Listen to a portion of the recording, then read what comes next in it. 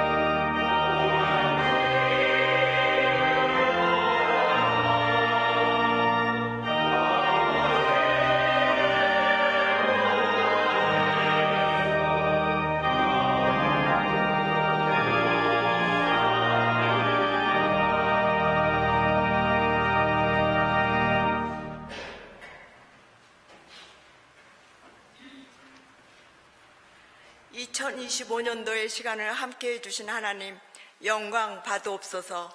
작고 보잘것없는 곳에서 빛으로 밝혀주시러 오신 주님, 저희를 주님의 백성으로 삼아주시고 구원의 손길로 인도하심을 감사드립니다.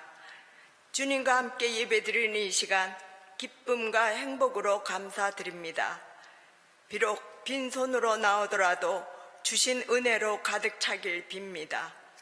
저희 삶이 믿음으로 순종하여 저희 한계를 깨닫게 하시는 겸손을 배우게 하여 주옵소서. 주님 주시는 올바른 삶을 살아 사랑으로 연결케 해 주옵소서. 삶이 편안해도 안일에 갇히지 않도록 해주시고 저희 감각을 깨우쳐 주시어 주변 일에 관심을 갖고 작은 친절과 작은 용기와 노력으로 주님과 동행케 하옵소서. 주님 앞에 죄를 짓는 연약한 심령을 불쌍히 여겨 회개의 영을 주셔서 회개할 것이 무엇인지 깨달아 한 걸음 한 걸음을 힘차게 내딛게 도와주옵소서. 다양성을 인정해 서로 다름을 나름대로 제각기에 어울려져 때로는 더 아름답게 엮여질 수 있는 공존의 삶이 되도록 도와주옵소서. 육신의 욕망을 거둬 영의 눈을 밝혀주시며 주님의 음성을 듣게 하여 어떤 상황에서도 감사와 사랑이 넘치는 말로 저희의 입을 사용해 주옵소서. 우리들의 겉모습은 낡아지나 영적으로 성숙해지도록, 또 외로울 때는 늘 곁에서 함께 하시는 주님을 기억하며 사랑으로 주님을 만나는 기회가 되길 소망합니다. 주님은 깨지고 부서지는 현재의 고난을 피할 피난처가 되셔서 더 큰 계획의 일부임을 알게 하시고 때로는 믿음의 대가임을 깨닫게 해주셔서 저희를 하여금 슬기롭게 대처할 수 있도록 하여 주시옵소서. 좌절하여 방향을 몰라 갈피를 못 잡을 때 어서 오라고 손짓하며 그곳에 계신 주님께 나아가며 분주하고 빈 알맹이 속에 갇히지 않고 주님을 향해 나갈 수 있음을 감사드립니다. 주님 품에 안김은 평화를 누리는 것임을, 그리고 지금 가지고 있는 것에 만족하며 감사하게 하옵소서. 주님, 저희 삶은 결정의 연속이온데 저희 방식이 아니라 주님의 말씀과 기도 속에서 선택하며 살아갈 수 있도록 도와주시옵소서. 생명 살리는 습관을 소중히 여기고 은혜와 사랑을 느끼며 우리 각자의 상처가 주님의 사랑으로 치유해 주시며 육신의 고통으로 외롭고 힘들어하는 주님의 백성을 불쌍히 여기시고 위로와 성령으로 고쳐 주시옵소서. 후에 어리석음, 나약함, 억울함, 원망, 불평등은 모두 흘려버리고 오직 주님만 바라보게 하시옵소서. 우리나라를 불쌍히 여겨 주시옵소서. 진리와 정의가 살아 숨쉬는 나라가 되길 간절히 소망합니다. 이 모든 말씀 예수 그리스도의 이름으로 기도드리옵나이다.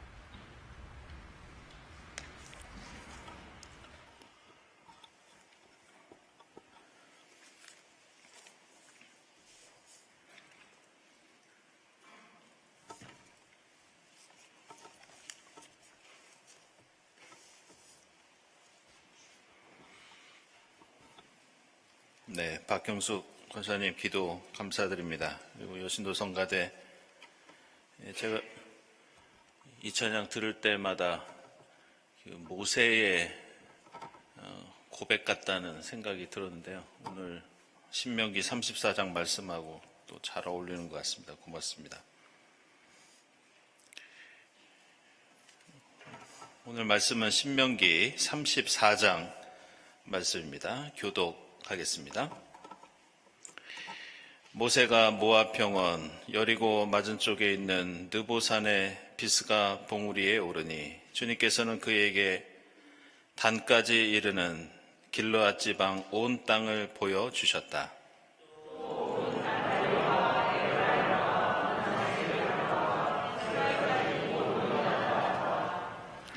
네겝과 종려나무의 성읍 여리고 골짜기에서 소알까지 평지를 보여주셨다.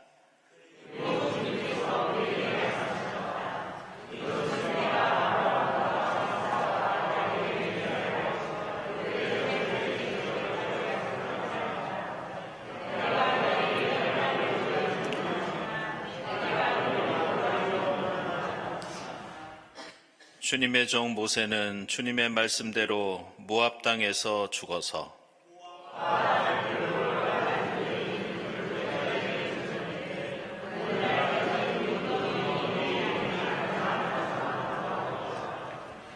모세가 죽을 때 나이가 120살이었으나 그의 눈은 빛을 잃지 않았고 기력은 정정하였다.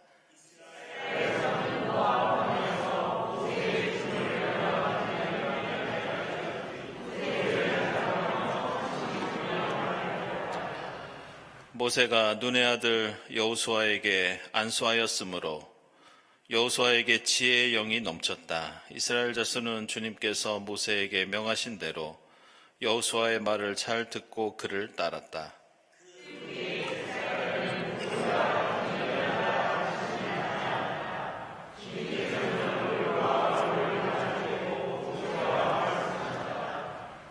주님께서는 그를 이집트의 바로와 그의 모든 신하와 그의 온 땅에 보내셔서 놀라운 기적과 기이한 일을 하게 하셨다.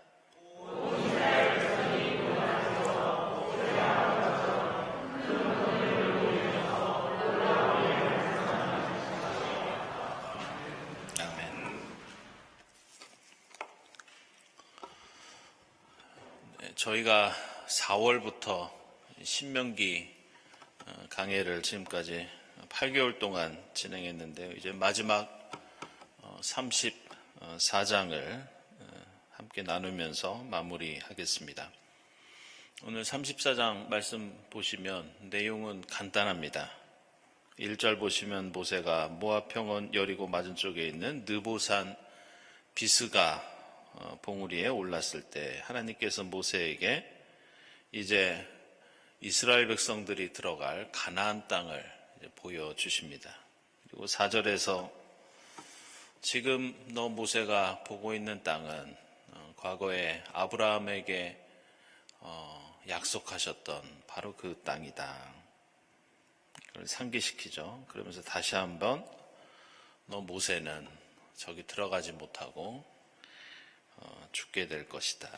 안타까운 말씀을 하십니다. 그리고 5절에서는 모세가 그렇게 숨을 거두고 모압 땅 벳볼 맞은쪽 골짜기에 묻혔는데 안타깝게도 이 성경이 기록되던 시대까지도 아직 모세의 무덤이 어디에 있는지 알지 못했다. 이렇게 말씀합니다. 그리고 이어서 모세는 죽을 때까지 그 눈이 빛을 잃지 않았고 정정했다.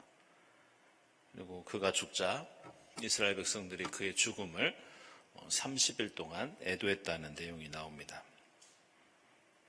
9절부터는 모세 죽음에 이어서 이제 새로운 지도자가 새 시대를 여는 장면입니다. 눈의 아들 여호수아를 이미 이전에 이제 안수해서 이제 지도자로 결정해서 세웠죠. 그래서 여호수아에게는 당시 시대에는 지도자로서의 권위를 상징하는 게 하나님의 영이 임하는 것이었습니다. 그래서 지혜의 영이 그에게 임하였고, 또 이스라엘은 모세에 이어서 다음 지도자인 여호수아를 잘 따랐다. 하지만 다시 한번 모세의 훌륭한 점을 언급하는데, 모세는 하나님과 얼굴과 얼굴을 마주대고 말씀을 나눈 인물이라고 칭송하면서 이렇게 신명기가 마무리되고 있습니다. 이 모세가 120살까지 살았다고 하는데요. 이 모세의 삶이 세 부분으로 40년씩 나뉘어집니다. 그가 이집트 왕궁에서 살았던 삶이 이제 40살까지 그렇게 살고, 나중에 두 번째 단계는 미디안 광야에 있는 장인 이드로의 집에서 40년 동안 결혼 생활을 또 이어갑니다. 그리고 하나님께 부름받은 이래로 인생의 나머지 40년을 이스라엘 백성을 이끌고 출애굽하면서 오늘 이 신명기 34장까지 40년 이렇게 120살을 살게 됩니다. 제가 예전에 말씀드렸듯이 유대인들은 1년 동안 창세기, 출애굽기, 레위기, 민수기, 신명기 5권의 오경을, 토라를 통독하는데, 오늘처럼 한 해의 마지막 날에 신명기 34장을 읽고 또 성경 통독을 마무리합니다. 이렇게 섣달 금음에 토라를 읽고 예배드렸던 이 명칭이 있습니다. 그래서 심하트 토라 이렇게 부릅니다. 이게 뜻이 좀 중요합니다. 심하트 토라가 무슨 뜻이냐? 토라의 기쁨, 말씀의 기쁨, 이런 뜻입니다. 이것은 주님 말씀과 함께 이렇게 저희가 한 해 동안 지낸 것은 저희에게는 큰 축복이자 기쁨이었습니다. 이런 의미로 이런 명칭이 붙어 있습니다. 그만큼 유대인들은 하나님께서 자신들에게 말씀해 주시고 또 율법을 주신 것을 매우 기쁘게 생각하고 또 자랑스러워하고 또 행복해했습니다. 그래서 우리도 생각해 봐야 할 것이, 우리는 얼마나 하나님 말씀을 귀하게 여기고 있는가, 그것을 지키기 위해서 노력하고 있는가, 그 말씀의 기쁨을 누리면서 감사하고 있는가, 우리는 좀 생각을 좀 해야 됩니다. 왜냐하면 말씀의 홍수 속에 우리가 살고 있습니다. 그래서 말씀이 별로 가치가 없습니다. 최근에요, 설교학 관련된 외국의 저널에 실린 논문 보면 이런 표현이 종종 나옵니다. The end of preaching, 설교의 종말 시대. 아마 인공지능 시대가 오면 아마 더 그렇게 될 것입니다. 이제는 유튜브를 봐도, 케이블 TV를 봐도, 인터넷을 봐도 말씀이 넘치기 때문에 이 말씀이 정말 우리에게 기쁨이 되는가, 아니면 말씀의 인플레이션 때문에 가치 없는 것이 되어가고 있는가. 근데 이 시마트 토라와 관련해서 주목할 것이 하나 있는데, 여기에는 이스라엘 백성들이 생각하고 있는 삶과 죽음의 의미가 이 한 해의 마지막 날 치르는 이 시마트 토라 속에 담겨 있습니다. 유대인들은 섣달 금음에 신명기 34장을 읽고 마무리하는데 그걸로 끝나지 않습니다. 그 자리에서 바로 다시 창세기 앞으로 가서 1장 1절부터 다시 읽습니다. 이것은 말씀 읽기가 한 해를 마무리하면서 끝나지만, 하나님 말씀은 그냥 끝나는 것이 아니다. 하나님의 말씀은 순환되고 반복된다. 그래서 마지막 날 34장만 읽고 딱 끝나는 것이 아니라 창세기 1장 1절까지 다시 읽습니다. 한 해가 마무리되고 시작하는 것처럼 인간에게도 신명기 34장의 모세의 죽음처럼 우리에게는 끝이 있다. 하지만 창세기 1장 1절을 바로 이어서 우리가 읽는 것처럼 우리의 삶은 죽음으로 끝나는 것이 아니라 창조로 다시 시작된다. 그것을 한 해의 마지막 날 함께 말씀을 읽으면서 하나님의 백성의 삶과 죽음에 대해서 생각합니다. 유대인들이 치르는 이 의식과 관련해서 몇 가지 더 소개해 드리면요. 이 시마트 토라에는 이 하카포트라고 하는 의식이 있습니다. 이 뭐냐? 말씀의 기쁨을 표현하는 의식인데, 회당에서 성경 두루마리를 이렇게 안고 들고, 옛날에 이렇게 책으로 되어 있는 게 아니라 두루마리로 되어 있는데, 두루마리가 여러 개입니다. 그 이유가 있습니다. 창세기, 출애굽기, 레위기, 민수기, 신명기가 두루마리 하나에 담겨 있으면 이 화장지 두루마리처럼 끝에 읽으려면 다 풀어야 됩니다. 그리고 앞에 읽으려면 다시 또 다 말아야 됩니다. 그러니까 다 조각조각 나뉘어져 있죠. 그 꾸러미를 이렇게 안고 7번 행진을 하면서 춤을 춥니다. 그런 의식이 있고요. 또 알리야라는 것도 있는데, 이 알리야라는 말이 올라간다, 높아지다, 하나님께 가까이 간다, 이런 뜻입니다. 그래서 한 해 마지막 날 시마트 토라 때 우리가 예배 때 여기 이제 성경 봉독자만 올라오죠. 알리야. 이 강대상에 올라와서 성경을 읽는 것처럼 이 회당도 마찬가지입니다. 회당에는 이 성경 말씀 읽는 데를 비마라고 합니다. 그래서 그 강단에 올라가서 성경 봉독을 하는데, 평소에는 우리처럼 정해진 사람만 올라가서 봉독하는데, 이 시마트 토라 한 해 마지막 날에는 다 올라갑니다. 그래서 어린이들도 올라오고 강대상으로, 그러니까 한마디 말해서 말씀을 읽는 권리, 기쁨, 그것을 함께 누립니다. 이러한 예식에는 중요한 신앙 고백이 담겨 있는데, 우리에게 중요한 것은 하나님의 말씀에 담겨 있는 율법적인 의무가 우리에게 중요한 것이 아니다. 그거보다 더 중요한 게 있다. 그것은 말씀의 기쁨이다. 그것을 표시하는 겁니다. 그것을 고백하고 그것을 감사하는 의식입니다. 이제 오늘 이 신명기 34장에서 빼놓을 수 없는 이제 가장 중요한 한 가지 주제를 언급해야 하는데, 그것이 바로 모세의 죽음입니다. 저는 신명기 34장을요, 마음을 잡아야 할 때 다시 찾아서 읽습니다. 그 정도로 기가 막힌 내용이 이 34장에 사실 담겨 있습니다. 사실 이게 일반적인 죽음이 아니라 오늘 34장에서 계속 강조하는 것처럼 모세 같은 위대한 인물이 왜 가나안 땅에 들어가지 못했는가, 이런 질문을 던지게 됩니다. 사실 모세가 가나안에 들어가지 못하는 여러 가지 그 성경 해석의 전통이 있는데, 성경을 보면 이 두 가지 상반된 내용이 등장합니다. 신명기 32장을 보면 모세와 아론이 잘못을 저질렀기 때문에 가나안 땅에 들어가지 못하고 죽게 되었다고 나옵니다. 왜냐하면 잘 아시는 것처럼 민수기 20장과 27장 보면 이 무리바 사건이 나오죠. 물이 없어서 이제 곤란을 겪을 때 모세가 그때 하나님 앞에서 조금 화를 냅니다. 좀 실수를 하죠. 그것 때문에 가나안에 들어가지 못한다, 이렇게 보기도 합니다. 그런데 다른 내용도 있습니다. 신명기 1장, 3장, 4장을 보면 이렇게 모세가 가나안에 들어가지 못하고 죽은 것은 이스라엘 백성이 지은 죄 때문이다, 이런 입장도 나옵니다.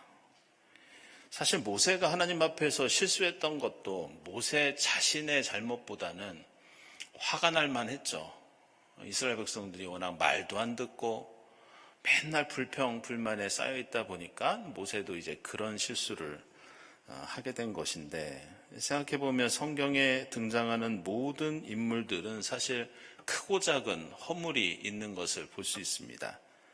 근데 모세가 그동안 보여주었던 모습을 보면 사실 모세가 했던 그 실수도 그렇게 큰 죄를 지었다, 그렇게 볼 수만은 없습니다. 만약 모세의 경우를 다른 사람들에게 적용하면 이스라엘 역사에서 이렇게 가나안 땅에 들어가지 못하고 무엇인가 일생의 바람과 목표를 이루지 못하고 죽음을 맞이할 수밖에 없는 인물들이 대부분일 겁니다. 바로 이런 이유로 오늘 신명기 34장은 모세의 죽음을 소개하면서 모세가 가나안에 들어가지 못하는 이유를 이제 더 이상 언급하지 않습니다. 왜 못 들어가냐가 아니라 모세의 죽음에 초점을 맞추고 집중합니다.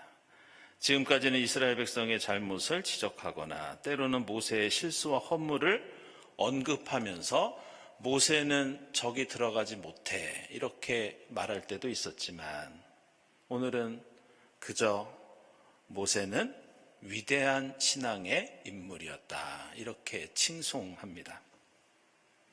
저는 오늘 말씀은 우리가 인간의 죽음 앞에서 우리가 조금 더 진중하고 조금 더 배려하고 존중해야 되지 않겠는가 이런 느낌을 받습니다. 모세 같은 인물도 그의 삶과 신앙에는 업적도 있고 실수도 있었듯이 누구나 인간의 삶에는 빛과 그림자가 있기 마련인데 죽음을 맞이할 때만큼은 그래도 그가 어떻게 성실하게 살아왔으며 그의 삶에 담겨있는 밝고 따뜻한 면을 기억해주고 또 칭찬해 주는 것, 이것이 오늘 34장 읽으면서 성서 기자가 모세의 죽음을 대하는 태도입니다. 그렇게 보면 우리 사회는 참 다른 사람 죽음에 대해서 이러쿵저러쿵 말하는 경우가 많이 있죠. 특별히 국가적인 재난이 있을 때 정말 눈뜨고 못 볼 정도로 별소리를 다 하는 것을 볼 수 있습니다. 오늘 이 성서 기자가 모세의 죽음에 그의 업적과 잘한 점에 집중한다는 것, 우리가 좀 배워볼 만한 교훈인 것 같습니다. 그럼에도 불구하고 우리는 이 모세의 죽음이 가진 몇 가지 특징들을 살펴보아야 하는데 대략 5가지 정리해서 조금 말씀드리면서 강해를 마치겠습니다. 첫째로 모세가 가나안 땅에 들어가지 못하는 것을 우리는 안타깝게 여기지만 사실 하나님의 구원 역사라는 커다란 흐름 속에서 보면 모세의 역할이 이 자리에서 끝나는 것이 사실은 이상하지 않고 합당한 면도 있습니다. 왜 그러냐? 이미 하나님께서 이스라엘 백성들에게 이제 가나안 땅을 주시겠다고 약속했지만 그렇다고 이스라엘 백성들이 가나안 땅에 들어가면 저절로 그 땅을 얻는 것은 아니었습니다. 이제 앞으로 다음 주부터 저희가 여호수아기 강해를 이어갈 텐데요. 여호수아기 말씀을 보면 이스라엘 백성은 가나안 땅에 들어가서 땀과 피를 흘리면서 그곳에 있는 적들 물리쳐야 하고 또 그곳에 정착해야 합니다. 그런데 그 역할은 새로운 지도자 여호수아가 해야 될 일이지 120살 된 모세가 해야 될 일은 사실 아닙니다. 따라서 모세는 광야 시대의 인물이었고 여호수아는 새로운 역사, 새로운 신앙의 시대, 바로 가나안 시대의 인물이었습니다. 그리고 그런 이유로 모세뿐만이 아니라 이전에 아론이나 미리암도 광야 시대에서 숨을 거두었습니다. 광야에서만 자신의 역할을 다하게 죽게 되면서 다음 세대에 자신의 사명을 넘겼던 것입니다. 따라서 이미 나이든 모세에게 가나안 땅에서 겪어야 하는 도전과 난관은 어쩌면 모세에게 엄청난 고난이 됐을 가능성이 큽니다. 결국 하나님께서는 모세에게 단순히 너는 못 들어가 이렇게 막은 걸로도 볼 수 있지만 다른 한편으로는 모세의 삶에 죽음이라는 안식을 마지막 선물로 주셨다고도 볼 수 있습니다. 두 번째로 이스라엘 신앙과 역사에서 가장 걱정하고 인간이 가장 조심해야 하는 것이 있는데 그것은 바로 하나님은 하나님이고 인간은 철저히 인간일 뿐이다. 이 가르침입니다. 조금 더 쉽게 얘기하면 성경에서는 인간을 하나님 비슷하게라도 격상시키는 것을 대단히 금기시합니다. 만약 그렇게 했다가는 엄청난 심판이 행해집니다. 근데 오늘 말씀 보시면 모세는 그 누구보다 위대한 신앙의 삶을 살았고 실제로 후대에는 모세를 숭배하는 사람들이 많이 있었습니다. 그래서 요세푸스의 역사서나 그리고 유대교의 그 성경 경전 해석을 미드라시라고 하는데 그 내용을 보면 요세푸스는 모세가 구름 속으로 사라졌다 이렇게 말합니다. 바벨론 탈무드를 보면 역시 모세는 죽지 않았다 이렇게 그의 죽음을 미화합니다. 무슬림도 이 모세를 예언자로 존경하는데요. 이슬람 전통에 따르면 모세는 가나안 땅에 들어가는 걸로 나옵니다. 성경은 이처럼 안타깝게도 광야에서 죽게 되는데 이 무슬림들은 들어갔다고 보고 유대 광야에서 최후를 맞이한 것으로 나옵니다. 그리고 예루살렘에서 여리고로 내려가는 중간에 모세의 무덤이 있다고 그것을 성지로 조성해 놓고 순례객들이 방문하기도 합니다. 이처럼 이렇게 가나안 땅에 들어가지 못하고 죽은 모세인데도 후대의 모세의 죽음을 미화하고 신화하는 경우가 많이 있는데 만약 모세가 가나안에 들어가서 더 많은 업적을 쌓았다면 사실 더 그 신격화가 심했을 것이 분명합니다. 따라서 오늘 모세의 죽음은 우리에게 이런 교훈을 줍니다. 하나님의 구원 역사의 주인공은 첫째도 하나님, 둘째도 하나님, 셋째도 하나님, 무조건 하나님 뿐입니다.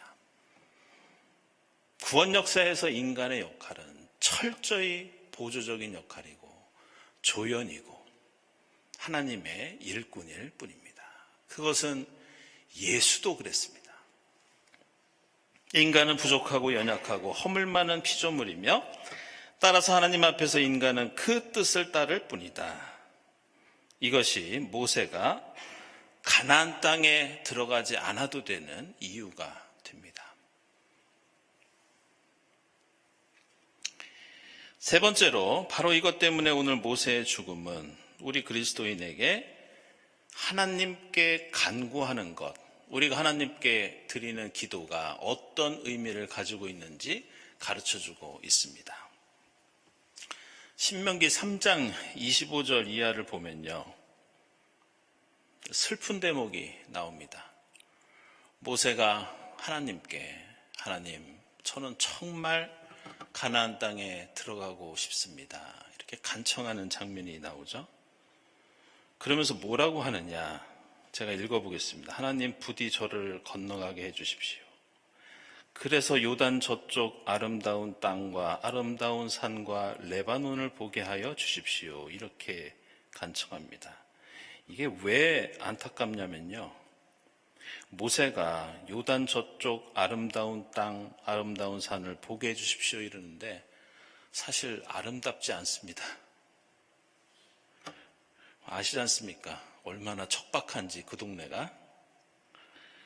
근데 얼마나 가고 싶었으면 저 아름다운 땅, 아름다운 산 제가 직접 밟아보고 싶고 가보고 싶습니다. 풍경이 좋아서 아름다운 것이 아니라 평생 꿈꾸고 바랐던 곳. 하지만 하나님께서 강한 어조로 거절하십니다. 그리고 그 거절이 바로 오늘 이 34장의 모세의 죽음으로 연결이 됩니다. 저는 이 모세의 신명기 3장의 간청과 오늘 34장의 죽음을 보면서 우리 주님의 겟세마네 기도와 십자가 죽음을 생각했습니다. 가능하면 이것을 피하고 싶고 가능하면 이것을 하고 싶은데 우리의 기도는 내 뜻을 하나님께서 들어주시기 이전에 하나님 뜻을 먼저 우리가 헤아리고 그 하나님 뜻이 이루어지도록 내 뜻을 물리치는 것, 이게 바로 기도의 핵심입니다. 기도는 하나님 뜻과 나의 바람이 만나는 시간과 장소이지만 그 우선순위와 결론은 철저히 하나님께 있다. 우리는 기도드리면서 늘 이것을 염두에 두어야 합니다. 그래서 네 번째로 모세의 죽음은 우리 그리스도인은 하나님의 말씀에 대해서 과연 어떤 존재인가, 우리는 하나님 말씀을 어떻게 생각해야 하는가 말씀해주고 있습니다. 신명기에는 다양한 신앙의 주제가 나옵니다. 성직자, 성전, 성소, 제물, 거룩함, 제의, 여러 신앙의 주제가 나오는데 신명기의 주된 관심은 이러한 종교 체제가 아니라 가장 자주 반복하고 강조하는 두 가지가 하나님의 말씀 그리고 하나님께 대한 기도입니다. 그래서 구약 성경에서 470번 정도 나오는 매우 중요한 단어 하나가 있는데요. 그것이 말씀을 지킨다는 뜻의 샤마르라고 하는 히브리어 단어입니다. 그런데 신명기에서 이 단어가 얼마나 중요하면 70번이나 나옵니다. 그런데 지킨다는 뜻의 샤마르는 그냥 말씀을 지키고 실천한다 이런 뜻만이 아닙니다.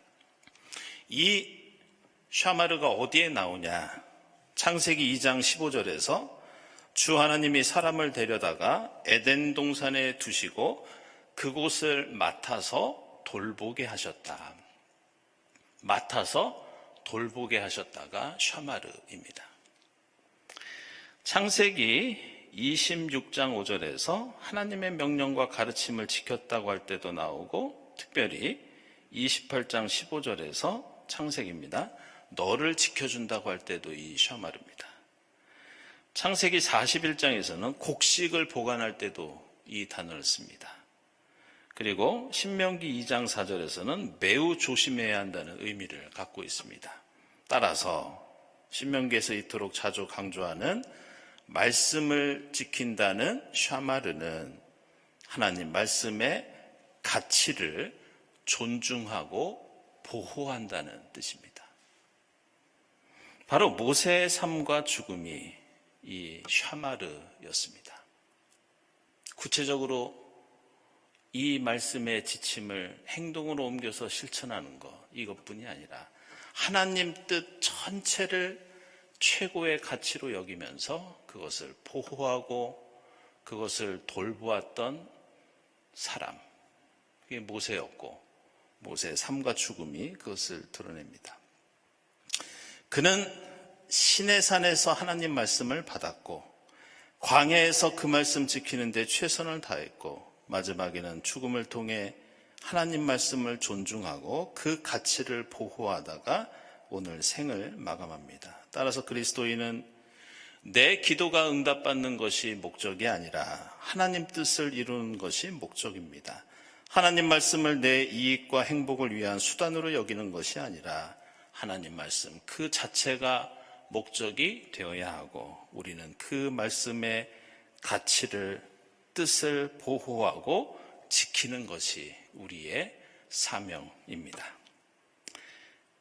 그래서 세례 요한은 요한복음서 3장 30절에서 우리가 잊지 말아야 할 그 유명한 중요한 말씀을 선포합니다. 주님은 흥해야 하고 나는 쇠해야 한다.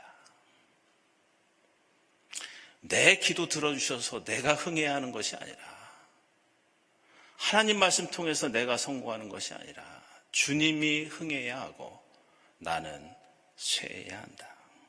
따라서 하나님 영광과 뜻을 위해 평생 소원하던 가나안 땅도 포기할 줄 아는 신앙이 오늘 신명기 34장의 핵심입니다.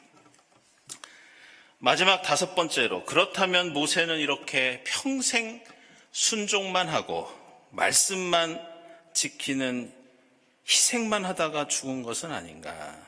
결코 그렇지 않습니다. 오늘 신명기 34장에는 모세의 죽음과 관련해서 충격적이고 매우 감동적인 장면 하나가 나오는데 그것이 5절 말씀입니다.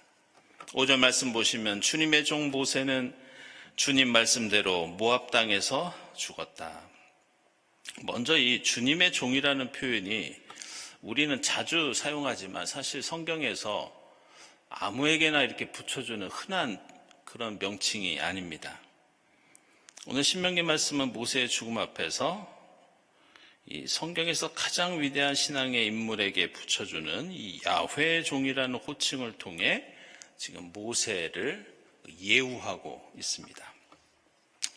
그리고 여기에는 정말 감동적이고 은혜로운 장면이 하나 나오는데 그것이 주님의 말씀대로 이 표현입니다. 저는 이 말씀을 히브리어로 분석을 하다가 저도 깜짝 놀랐습니다. 이게 원문으로 보면요, 직역하면 이런 뜻입니다. 하나님의 입에서. 주님의 말씀대로가 아니라 하나님의 입에서. 그래서 문자 그대로 제가 말씀드리면 모세는 하나님의 입에서 죽었다. 이런 번역입니다. 근데 이게 무슨 뜻이냐? 랍비 전통에서 놀랍게도 이 표현이 히브리어로 미타베 네슈카라고 하는데 하나님의 입맞춤 속에 죽었다. 이런 뜻입니다. 모세의 삶을 생각해 보면 참 우여곡절이 많았습니다. 태어날 때부터 바로가 아이들 죽이겠다고 해서 모세도 아기 때 언제 죽을지 몰랐고 수많은 위기를 겪었습니다. 바로의 공주 밑에서 자라다가 히브리 사람이 고난당하는 거 보고 이집트 사람을 해해서 도망을 다닙니다. 그러다가 십보라를 만나 결혼하고 우연히 시내산에서 하나님 만나서 이스라엘 백성들을 출애굽시키는 지도자가 됩니다. 바다 건너 광야를 걷는 동안 얼마나 많은 고난과 어려움이 모세에게 있었는지 우리는 출애굽기, 민수기, 신명기, 또 레위기 강해 통해서 느낄 수 있었습니다. 그러다가 하나님께 순종하면서 주님 뜻을 위해서 하나님 말씀을 위해서 가나안 땅을 보지 못하고 죽게 되는데 정말 안타깝지만 그럼에도 불구하고 모세의 이 죽음은 실패가 아니었습니다. 하나님의 입맞춤. 신명기 34장은 그 어디에서도 볼 수 없는 최고의 하나님의 사랑, 최고의 죽음을 모세가 맞이했다고 우리에게 말씀하고 있습니다.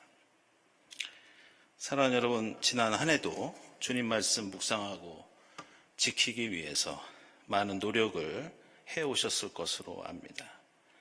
비록 우리는 부족할 때도 있었지만 주님 뜻에 순종하며 살기 위해서 때로는 손해볼 때도 많고 또 힘들고 어려울 때도 많이 있습니다.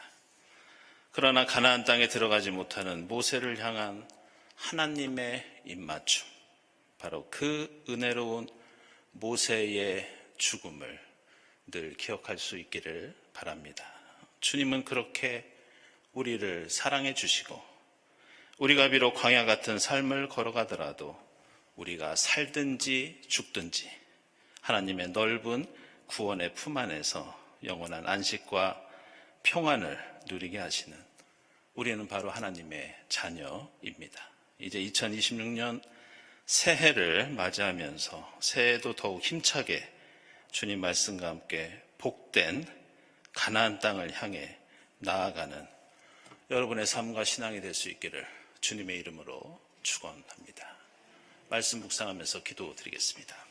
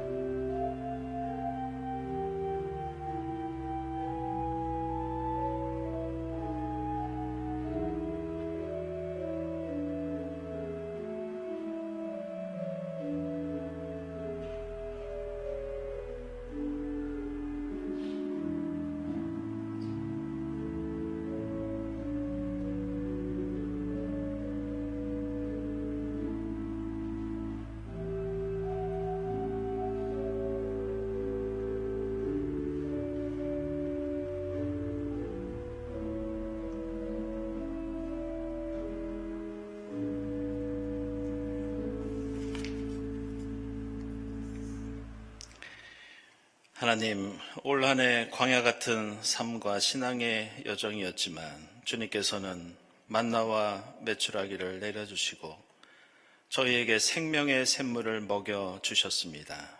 이제 새해에도 저희를 불기둥과 구름기둥으로 인도해 주시고 주님 약속의 땅을 향해 힘있게 나아갈 때 저희를 붙잡아 주시고 인도해 주시옵소서.